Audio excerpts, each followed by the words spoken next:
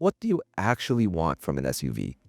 Acceleration, strong brakes, plush suspension system, decent handling, great results in tests, and, of course, top-tier safety. Well, look no further than the Volvo XC90, which promises to deliver on all fronts. Let's jump straight into the acceleration test. We slam the car into sport mode and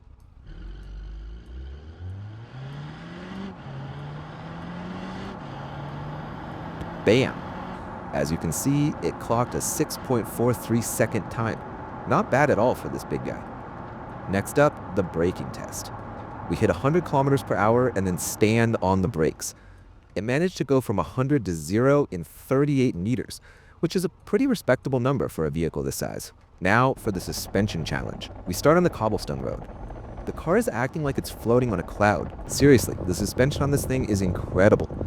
Side note, the sidewall of this car's tires is actually pretty small, but it still manages to deliver fantastic performance. On the bump test track, the smoothness of the suspension is truly showing off.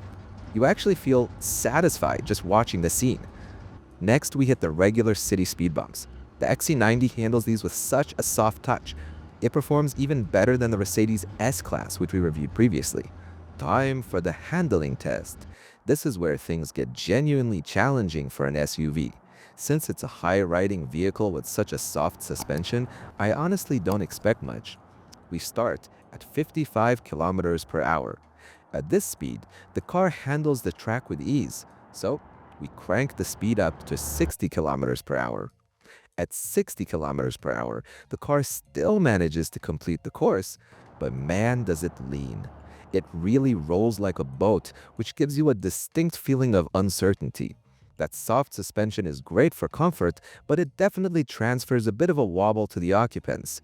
However, the grip is surprisingly good. Since my expectations just went up slightly, we're going to 65 kilometers per hour.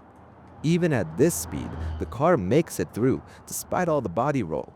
But after 65 kilometers per hour, taking it to 70 kilometers per hour, that was the breaking point. The car simply couldn't handle the course.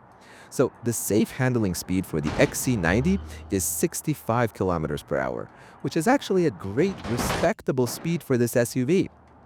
We've arrived at the crash test segment. This is the moment of truth for the XC90, which is famous for its safety.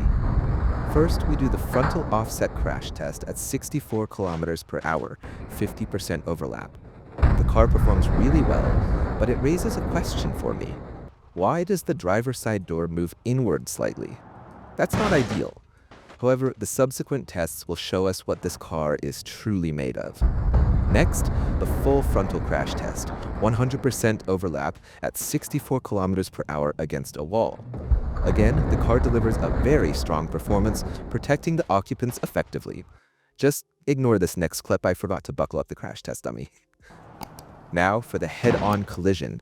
Two cars, different colors, hitting each other at 60 kilometers per hour. Both cars performed admirably. But again, we see that slight movement of the driver's door, which I'm still not thrilled about. Still, the structural pillars hold up incredibly well. Time for the side impact test. This one truly reveals how tough and safe this machine is. From the outside, the car takes a seriously nasty hit. It looks bad. But when we check the interior, we see that the car managed to protect the occupants well enough. We can give it an acceptable score here. Now for our toughest test yet, dropping the car upside down from a height. This is the ultimate challenge for the car's structural pillars. First, we drop the car from 1 meter. As you can see, nothing significant happens. So I added another meter, taking it to 2 meters. Even at this height, the car is fine, and the occupants are perfectly safe. Since my confidence in this car is growing, I'm taking the height up to 4 meters. Even under that immense pressure on the pillars, the car still shows excellent performance.